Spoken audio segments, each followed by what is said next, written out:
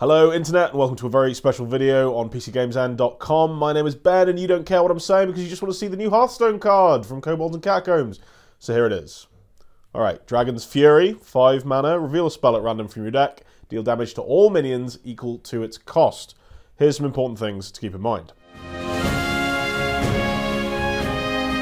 Okay, as they say, you've got to read the card. Sometimes there's an expletive in there, but we're not using that this time. So, this is dealing damage to all minions, so your guys aren't protected. It's not like Flame Strike. You are going to be hitting everything on the board. And also, the spell has to be in your deck, so any that are in your hand won't be triggered by it. And also, any that you generate to put into your hand also won't be triggered by it. It also doesn't actually draw the card. And both of all of that was put in there to try and keep the cost of the actual card down. If it was going to draw the card, it would probably have to cost a couple more mana. If it was only going to hit enemy minions, it'd probably have to cost a couple more mana. If you did all of that, it would cost a lot, and then it wouldn't be quite as useful on curve, as you can imagine.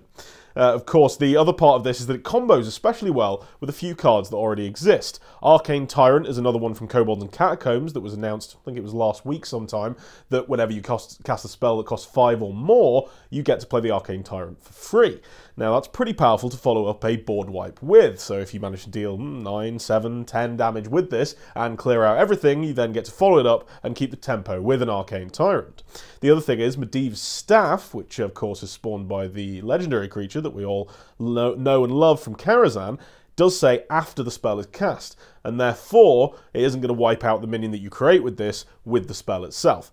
That should hopefully make this a pretty powerful inclusion in a number of archetypes that we've already seen. Interestingly, Blizzard are clearly trying to play up some sort of big spells deck, as they call it, and they talked about that in an interview I did with them that you can see over in the website, but I think this probably works in a number of interesting already existing decks already.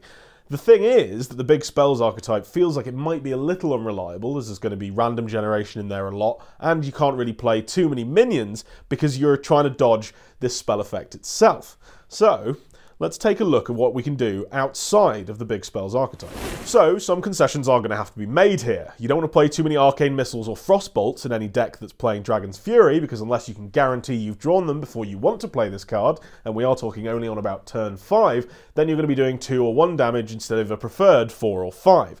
Once you do get up to 4 damage, you're comparing very favourably to a card like Excavated Evil, which we would take as a baseline for board clearing damage. Now, interestingly, you probably can play things like Secrets because cards like Arcanologist help you get them out of your deck and make sure you've drawn them before you're trying to play Dragon's Fury.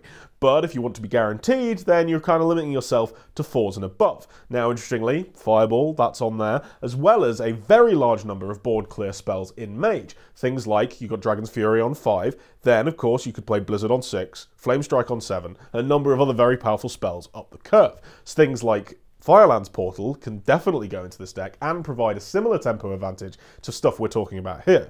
Interestingly, these various support cards also work very well as a sort of package rather than a focus of the deck. So you could have a board clearing package plus things like Arcane Tyrant, and then you don't have a problem there, and you can fill the rest of your deck up with interesting minions. Now, interestingly, minion size does come into this. You don't want to be wiping out everything if you can avoid it. So having high toughness, maybe low power minions, is actually going to help you out quite a lot. If you're only doing 4 to everything with your Dragon's Fury, and you can have some 3 power, 5 health minions, you're going to be doing quite well there. Interestingly, outside of the standard environment, this should be very powerful in Arena if you can build around it, but things like Frostbolt particularly are very, very strong in Arena, and you can't guarantee that you'll have the draw or the Arcanologist that you require to get these lower cost spells out of your deck. It doesn't have any special modifiers on it in Arena, however. This is something Blizzard told us directly. They've said they'll keep an eye on it, much like they did with various other Mage spells. So, for a little time, you'll see it as commonly as any other epic spell, and we should get a good bit of action out of that.